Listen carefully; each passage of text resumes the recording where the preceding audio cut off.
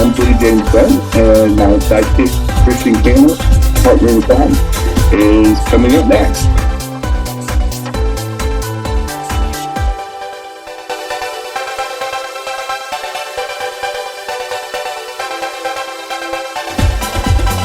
Hey everyone, I'm Jen's sidekick. Welcome to Two Queers in a Truck. Hi y'all.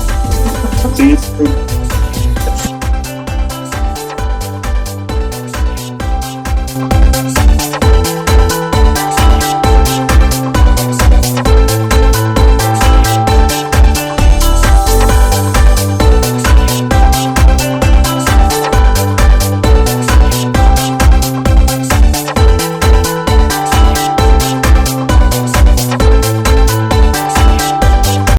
Good morning, everybody. We are working through our technical difficulties or our old age. I don't know which one it is, but this is Two Queers in a Truck. A little bit of both. We're having, sometimes your golden years turn into your rust years. But anyway, I can only speak for myself, but this is Christian and Jenny, and we are another edition of Two Queers in a Truck. It is July 17th. Wow. If you're seeing this on the release date, and dang, that means we're almost a little over halfway done with July, which is wild. And it's been a wild July.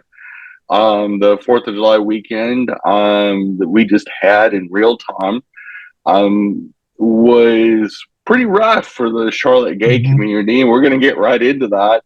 A local drag queen that goes by the stage name Onion Nerves, it's not their legal name, got arrested for a DWI with bodily injury to a pedestrian over the 4th of July weekend. And I say this many times, and it's probably one of the motivating factors of why I went sober personally. I started this sobriety journey a little over 6 months ago for health reasons. But honestly, one of the upsides is I can go out, I don't feel the pressure to drink, and I can still drive myself home. And I don't have to hire an Uber or a Lyft or anything like that. But quite frankly, we have a society. I'm not picking on Anya. Anya is a part of a bigger problem that we have, not just in the LGBT community, but in society in general, because Anya is a very young man that lives here in the greater Charlotte area and has been an entertainer, and the enabler culture and the cancel culture is that if you say something, and actually I was a pretty close friend of hers for quite a while, for actually the first few years I lived here. And in our friend group, we had two people that had actually probably more than two, that had significant drinking problems. And Anya was one of them. And it really came to a head. And I know personally, I addressed it with her and the other person had it. And it got me banished from the group. And I paid a high personal price in speaking out to those. And we have this phenomenon in Charlotte. If you speak out, there's a consequence. If you do something different, there's a consequence. If you don't fall into line to what typically white gay men and white men in society, in Charlotte especially, don't want, there is a price. And the result is this kind of stuff, where this is somebody that works professionally in bar scenes, has bartended as an entertainer in bars and places that serve adult beverages, and has done so for a long time and should know better. And now, because of it, somebody's gotten severely critically injured and is received damage to their bladder and other parts of their body as the person that she ran over. And I say she because she performs as a drag queen. And it's a conversation our community doesn't seem ready to have, because I've seen some of the Facebook posts, and I've seen some of the of her associates trying to distance themselves now after being her enabler for years. Even when I confronted them years ago in 2022 and 2021, and I paid a big price for it, and it upsets me that now all of a sudden we're going, oh well, we can distance ourselves from it and we won't have a consequence. I'm only like, no, no, no. No, no, no, not so fast, Scooter. We have to have some conversations about accountability so this doesn't happen again. That's the issue, and it's not just related to Anya. There's two other people that we got to talk about in the next segment that also have been affected by alcohol and drug culture in Charlotte. That were two fairly prominent.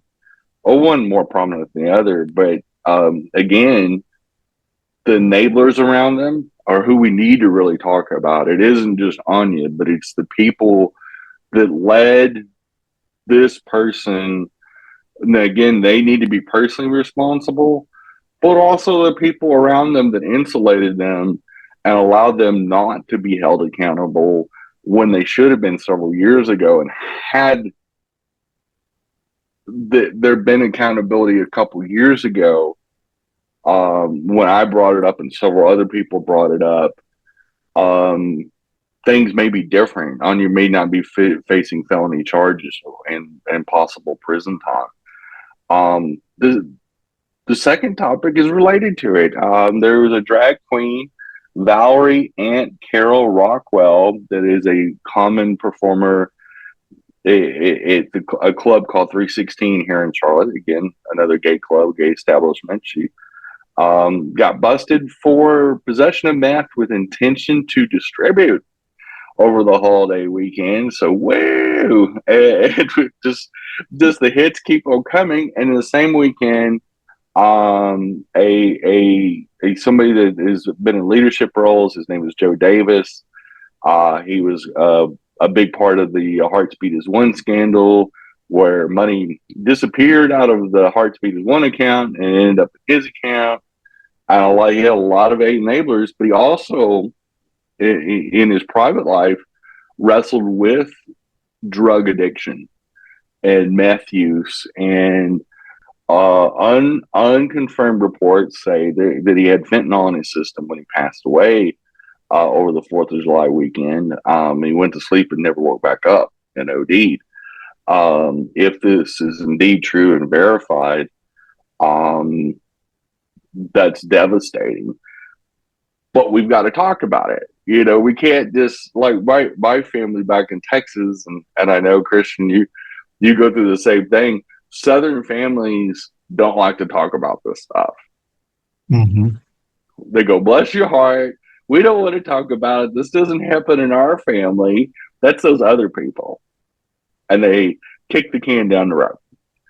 And it's just something that you know, it crosses ethnic lines, cultural lines, but it seems to be really prevalent, at least in Texas and North Carolina, and maybe it's that way all over. I don't know, but again, there's 3 cases of substance abuse over the weekend that has greatly altered people's lives. One got unalived because of it, and they had lots of people around them insulating them to the point to where they could do no wrong. And you know, it's just one of those things that I go, dang, you know, if maybe if people really had real conversations instead of just doing he said, she said, and just dropping it and not really saying, oh, you know, maybe you should go to rehab. You know, there is outpatient rehabs, there is outpatient programs. You don't have to totally, like, before this gets bad, maybe we should have these discussions. Why is a drag queen having to deal meth? Is it economic? Is it addiction? Did she get hooked on meth? You know, what are these conversations? Is it the pressure to be thin? You know, because meth tends to suppress the appetite. Like, you know, what is the story behind the story? What is the story behind why Anya, Joe, or Valerie did what they did? and then really have those community conversations on how we enable that as a society. And so that, maybe, our younger gays, our baby gays, our baby Z's out there, can do better, and it's one of the reasons why I'm working with my business partner to create a more sober, more rational, more safe space for the queer community and for other affected groups, because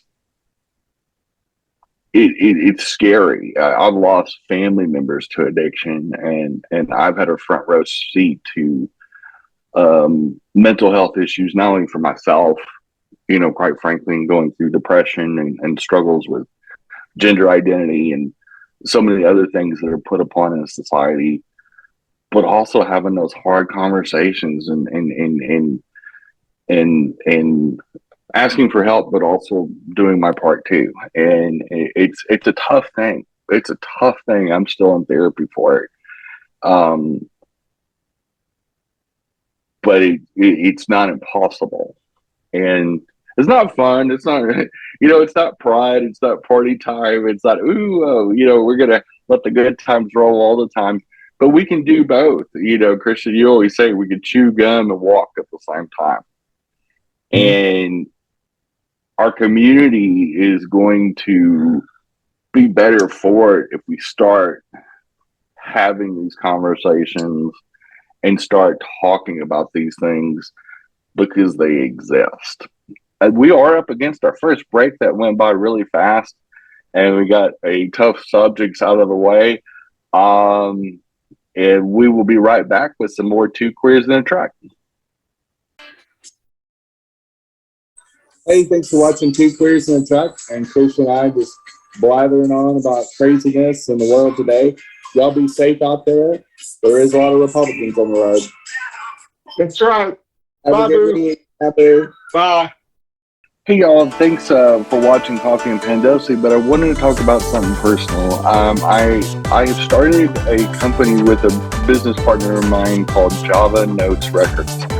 And we have an Instagram page, and in our biography, or as the cool kids call it, the bio, we have a link to our Indiegogo page. If you go onto our Instagram or our Facebook, we have a campaign going for our Indiegogo, and it's helping us start this company that's going to help so many people between employment, charitable events, things of that nature. We're really doing this for our local community and really trying to help others and create a job for me too. But if you would go to our Instagram page for Java, like Java Notes Records, and I would appreciate the support. Thanks for listening. All Bye, right, y'all. so Instagram and Facebook, Java Notes Records. Right, got it. Java Notes Records. All right, thank y'all. Hey everybody, you can catch us on your favorite audio podcast platform, Spotify, and all Apple Store, the Google machine, and whoever else does podcasts. We're on there. We broke in and we're staying. So enjoy the Two Queers in a Truck on your favorite audio podcast platform. Thanks for listening or watching. Bye bye. And I'm back. We are back. And, alcohol doesn't have to disappear. Good times don't have to disappear. You can have good times. You can drink in moderation. You don't have to get plowed. Or if you do get plowed, that's why Uber and Lyft, and actually there's still yellow cabs around. Saw some the other day, and good old fashioned, like they had a little 444 number. It was super cute. Like I like seeing the old school yellow cabs. There's some really cute ones in Charlotte. It's not a topic, but I kind of miss the cabs. I don't know why. I remember catching cabs to go to the DFW airport, and it was always fun because you got to pull. They always, are in those bright yellow cars and vans and stuff. And there's just something about riding in a cab. I don't know what it is, but maybe it's something because of the movies, and you go run to go catch a cab real quick, hey, flag down a cab or whatever. And it's just different. It seems to be more personal. It's more fun. Cab drivers tend to have more personality than Uber drivers do. And I'm not disparaging Uber or Lyft or any of those companies, but there's just it's always really funky dudes that drive cabs. Really, they're a different kind of cat, because they go and pick people up, pick up total strangers, drop them off in places, and they hear stories, they see things, these people probably could write some of the best books ever because they just like bartenders, they see people at every kind of stage of life and in situationships that I know in my bartending times. Gosh, I've heard things I'd prefer not to hear, and you can't unhear it. But it's like, woo, man! I thought I had problems. Moving on, here's a shot of tequila to help you. But again, going back to the topic of the day, I wanted to specifically talk about enabler culture, and even to even more so cancel culture gone wrong. And organizations like CGN, for example, which Anya was a part of, that they just washed their hands of her this week and brought in one of her friends and as a board member. But it's a group that encourages binge drinking. In fact, their selling point is you pay $10 a month, the cost of one craft cocktail, according to the founder and owner of the nonprofit, and you can come to events where there's unlimited drinking. And then wonder when one of their board members gets popped for a felony DWI. Like, I'm just shocked it hasn't happened before, and it was one of the reasons I left the board. I used to be on the board through 2021. In August of 2021, I walked away and then publicly talked about it. And the cancel culture came after me, came after Gary as well, and actually cost him his business and his job. And the cancel culture police here in Charlotte, instead of addressing the issues, typically does not address the issues. They just enable the behaviors, and they insulate the trash bags that actually are causing the problem. And which I always think is weird. I always think when conservatives start doing cancel culture and then go, oh, well, people do cancel culture, they're going to cancel me. And then turn right around and cancel somebody. Just like what Kid Rock and, his greasy looking head. It looks like he's never washed his hair in his life. Is shooting up Bud Light beer cans, trying to cancel Bud Light. It makes super sense that you go out and buy beer and then shoot it up. But cancel culture doesn't always make sense. It's not always necessarily the most constructive thing ever, and usually doesn't work. Budweiser and Anheuser-Busch and InBev is still around. Like, they're still selling cold beer. Probably as much as they ever have. And, that's probably not going to change anytime soon. But cancel culture, again, typically doesn't ever work. If it did, we'd have canceled Trump a long time ago. Speaking of Trump, the MAGA gays are really upset that they're getting left out of the LGBT movement. And there is a drag queen called Lady MAGA.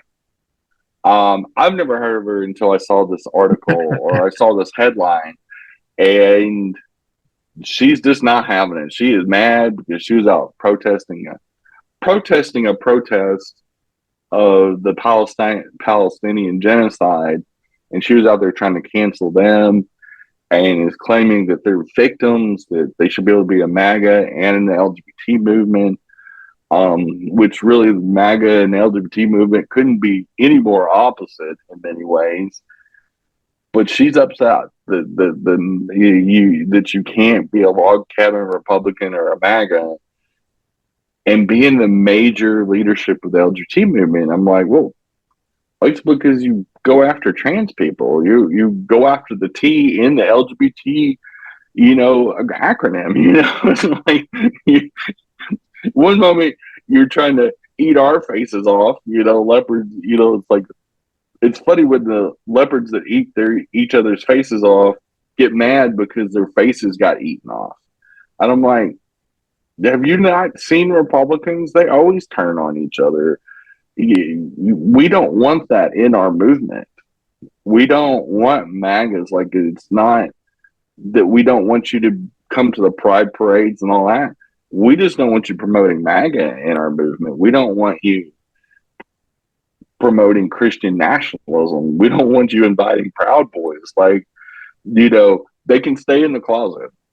We don't really want them at our events, with masks on, trying to shoot the place up. Just FYI, like, if you are a MAGA and you do want to participate in LGBT events, especially pride events, leave your SWAT stickers and your rebel flags home. Bring the rainbow flags, chill out, don't wear military looking clothes, bring some glitter, have a good time, drink responsibly. And if you do need to get home, go ahead and call an Uber or Lyft if you are drunk or impaired, or have a buddy to give you a ride home. But dang, y'all, like, it's so weird that you join one movement, a MAGA movement, and then you wonder why the movement you left behind to join that movement doesn't want anything to do with you. And I don't know if it's just like the high school dropout that still wants to hang out at the high school. They don't. They moved on. They quit high school, and instead of going and getting a job, they want to go hang out at the front steps of the high school. I'm like, but you left, dude. Like, you didn't want to stay, but you didn't move on to something else like you're supposed to. Like, if you leave one thing, you're supposed to move on. Like, if you leave a relationship and you get a divorce, you keep going. You don't hang out with your ex. You don't go, keep calling your ex going, well, you move on to the next person, or you stay single or whatever, but you don't hang out. You don't stalk them at their house. That's what restraining orders are for. Is you eventually you have to move on. You're not in a relationship anymore, and the LGBT movement does not want to get in a relationship with the MAGA movement. We just don't, and we've made that very clear. And I don't think, because most people in the queer community are progressive. They tend to lean progressive or liberal. And the last thing we really want is a whole bunch of Caitlyn Jenners, that have white privilege, lots of money, and problematic behaviors. Like, you've got the MAGA movement. Like, go hang out with them. But I think what's happening is that the MAGA movement doesn't really they want the street cred of having queer people in the movement, but they don't want to have them in leadership or be seen or heard of or anything. Like, they don't really want them there. They just want the credit for having them there. Like, it's a don't ask, don't tell. Oh yeah, we got some queers, but we don't really let them participate in anything or run for office, unless they're in the closet like Lady Graham or something. Mm-hmm. But we don't really want you in here. You're invited, but you're kind of not invited to the party. You can help park cars, clean the tables afterwards. Anyway, we are up against our second break, and we'll be right back with some more Two Queers in the Truck. Hey, everybody, you can catch us on your favorite audio podcast platform, Spotify, and all Apple Store, the Google machine, and whoever else does podcasts. We're on there. We broke in, and we're staying. So enjoy the Two Queers in the Truck on your favorite audio podcast platform. Thanks for listening or watching. Bye. Hey, everyone. Thank you so much for watching us on Two Queers in a Truck. Don't forget, you can watch us anytime at your leisure on our video podcast platforms like Facebook and YouTube. But you can also listen to us, either this show or any of our past shows, on our audio podcast platforms like Apple, Amazon, Google, Spotify, and all of the other ones. So once again, thank you for watching Two Chords in a Truck. I hope you enjoy our show. Oofda, on a funnier story, and I think this is an older story, but it's recirculating the meme world and the interwebs, and it is about a giant phallus. And for people that don't know what a phallus is, penis, a giant phallus-shaped iceberg that floated, and this is not an Onion story. I looked at several scientific journals, and it was verified on several sources on the media, and I'm not kidding you guys. It floated towards Dildo, Canada. Oh, in Conception Bay. So I mean, you got Conception, you have Dildo, Canada, and a giant fountain, and it literally looks like a giant cock and balls. Like, it is a floating iceberg. It's literally more than just the tip. And I think he was just trying to go home. I mean, what's more fitting than going to Dildo, Canada? And I mean, it's like a mother. It was like it was going to its mothership. It's like, I'm going home. And unfortunately, because it was going south and it got warmer, it didn't have quite the staying power that it needed. So it may have been a MAGA iceberg. It needed some more Viagra or some colder weather. But either way, it was more of a holdup than a stick up. But yeah, I mean, I love that. It broke off like an ice sculpture, and it looked like a giant penis ice sculpture. And even had two little testicles at its base. And people were making all kinds of jokes, especially in Canada and people all over the world, because it took forever. I mean, icebergs aren't exactly speedboats or power boats. Like, they don't like zip along. So they take a long time to flow and melt and all this. So people all over the world went to Canada, went to Dildo, Canada to see this thing. It became an attraction. Yeah, I mean, like a destination. I mean, people were excited. I mean, I'm sure there's going to be a cult started over it. I mean, there's all kinds of jokes there. I mean, most cults are sex cults. And, I mean, you talk about the second coming, and it's good. There's just all kinds, it's probably going to be a religion 1,000 years from now. Remember we had the penis shaped the iceberg? That's what started the apocalypse. But dang, it's one of those things that you look at it and you want to make sure that it's not an Onion article, that it wasn't created by the Onion. So you cross check it on the interwebs and the Google machine. And sure enough, I'm seeing these pictures and from verifiable, semi-reliable sources, and you just go, it's what makes me happy to be alive. It's the best part of the internet is reading articles like that. I would rather see articles like that than tragic articles all the time. And it's just dang funny. And just, you can't, I don't care who you are. I don't, conservative, liberal, progressive, prudish, the town slut, whatever. You can't help but not laugh about this. There's no way that you can't not. Who doesn't like, it's kind of like a friend of mine. So it's off topic, but it's kind of on topic. She is been in poly relationships, and she had one of her partners that she'd been dating for about 10 months. She brought up the subject that her girlfriend never passed gas in front of her. And then she went and did some research on it, and the typical couple, once they get together and spend time with each other or in some kind of committed relationship, it's typically 2 to 3 months before you feel like you're comfortable enough to pass gas in front of your partner, your significant other. And she said, that should have been one of the red flags that we went 10 months and she never farted in front of me.